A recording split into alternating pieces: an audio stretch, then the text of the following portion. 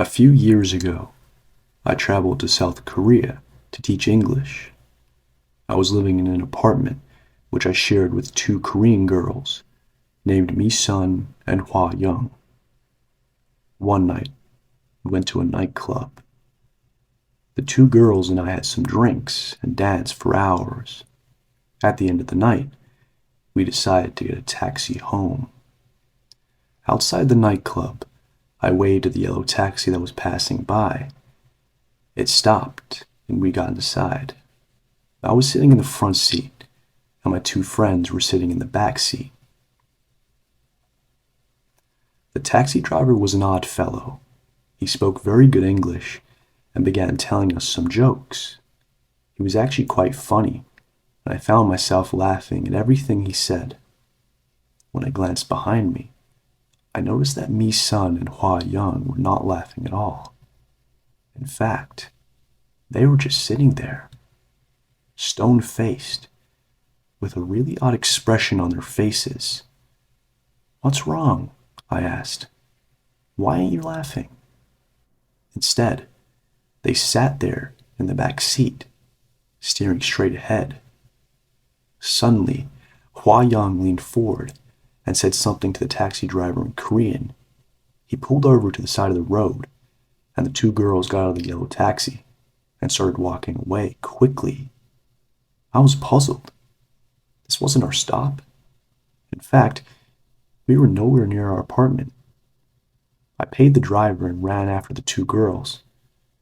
"What's the matter?" I asked when I caught up with them. They turned to me, their faces white with fear. "We have to call the police," said Hwa Young. "Didn't you hear it?" said Mi Sun. Coming from the trunk of the taxi, a woman's voice saying, "Please help me, please help me." Junk car. His older brother Vince had a beat-up old junk car that he bought for a few dollars from a dealer who was about to sell it for scrap metal. The car was in bad condition, but at least it was roadworthy. Vince took great care of his car. It was his prized possession. But no matter how much Arthur begged and pleaded, his older brother would never let him drive it. A few months later, Vince joined the army, and just before he went to boot camp, Arthur asked him if he could drive the car while he was away. His older brother thought it over and agreed to let the younger boy use the car, but only under two conditions. As he handed over the keys, Vince made Arthur promise to never drink and drive, never go over 60 miles per hour, and never, ever to smoke cigarettes in the car. The younger brother was eager to get to use the car, so he agreed to all three conditions. Even though he wondered why his brother was so obsessed with taking care of a junk car.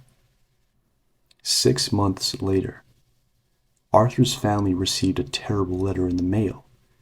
It informed them that their son Vince had been killed in action in Iraq.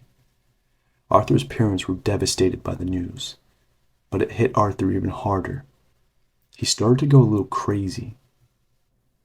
Every morning, he took off from the house in the junk car, full of anger and rage.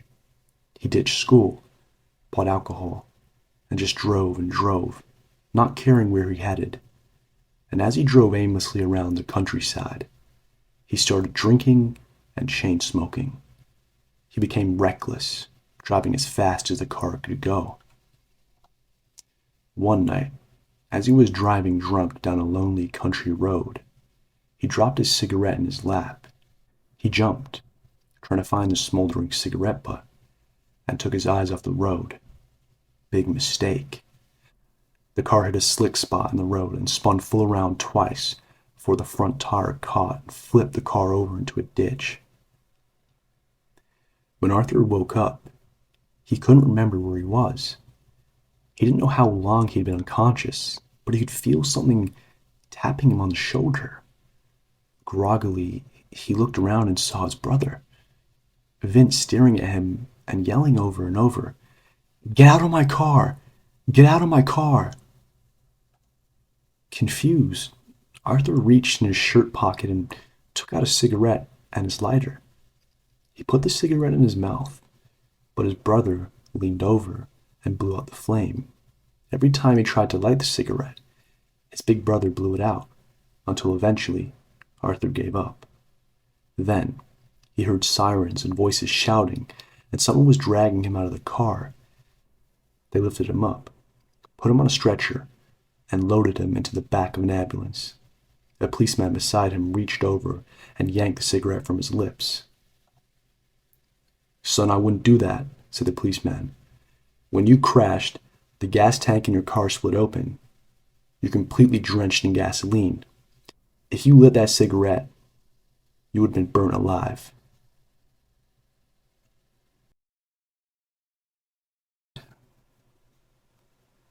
The man was standing on the side of the road, hitchhiking in the middle of a thunderstorm on a dark and moonless night.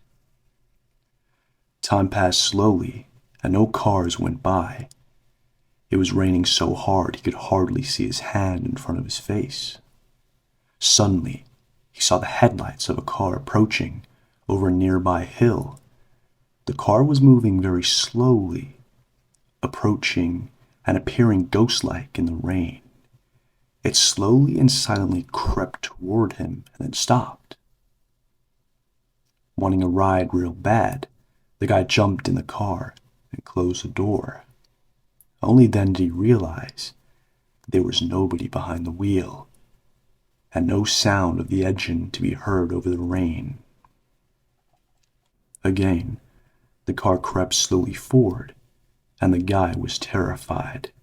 Too scared to think of jumping out and running, the guy saw the car was approaching a sharp curve, and, still too scared to jump out, he started to pray for his life, as he was sure the ghost car would go off the road and into the river, and he would surely drown.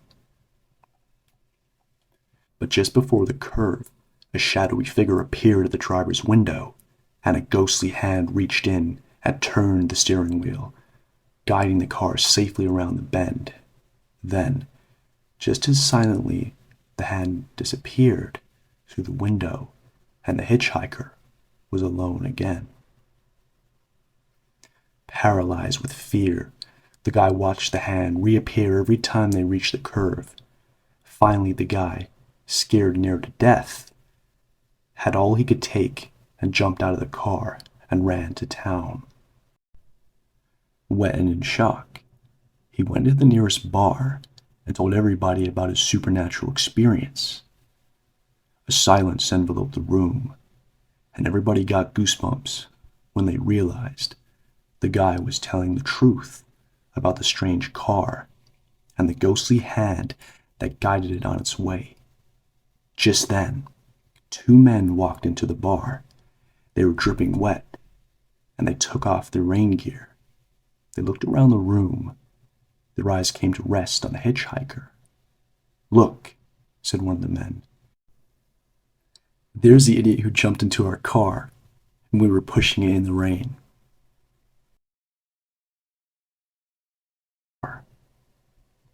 Late one night, a married couple were driving home from a party. They lived in a small village outside the city, and their journey took them down a winding mountain road that passed through a dense forest. It was raining heavily, and the husband was driving slowly to negotiate the sharp turns in the road. As they came around a bend, they were shocked to see a car that was stuck in a ditch by the side of the road. It looked as if it had skidded off the road and crashed into a big tree. They drove past the crashed car and pulled over on the side of the road to see if they could help. The husband got out and dashed back to the scene of the accident. The front end of the car was crushed and the windscreen was cracked. Brushing the rain off the side of the window, he could see that there were people inside. There were two passengers in the front seat, a man and a woman.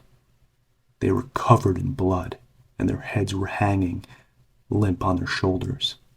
Looking closer, he was horrified when he realized that both of them had almost been decapitated. There was nothing he could do for them. They were obviously dead. Staring through the back of the window, he spotted a young girl curled up on the back seat. Although she was slumped over at an awkward angle, she did not seem to be badly injured. Her seatbelt had probably protected her from the full force of the crash. Taking hold of the handle, he used all his might to wrench open the back door. The girl appeared to be around 7 or 8 years old. Her face was deathly pale, and there was some blood on her face. He reached in and felt for her pulse. Suddenly, the little girl's eyes flickered open. She was still alive. The man breathed a sigh of relief. "Are you all right?" asked the man gently. The girl didn't reply. She seemed to be still dazed from the impact. Thinking quickly, the man scooped her up in his arms and ran back to his car, clutching her tightly. "The parents are dead," he told his wife. "This girl looks okay, but I can't be sure." "We've got to get her to the hospital as fast as possible," said his wife. "She could have internal injuries." They placed the girl in the back seat of their car and wrapped her into a blanket to keep her warm. Then, the couple drove off as quickly as possible in search for the nearest hospital. The atmosphere in the car was intense. They were driving at full speed down the winding mountain road. The husband kept his eyes glued to the road. He had to concentrate on the bends and curves. It was still raining hard, and the road was slippery. He wanted to make sure they didn't have an accident. The wife examined the map of the area. She was trying to figure out the fastest route to the hospital. "The couple in the car were horribly injured," said the husband. "Their heads were hanging off." His wife didn't reply. "It was the worst accident I've ever seen," he said. She still didn't reply. He then turned to look at his wife. Her eyes were bulging out, staring into space. Her mouth was wide open in a silent scream. Suddenly, he glanced in the rearview mirror and saw the little girl licking a bloody knife.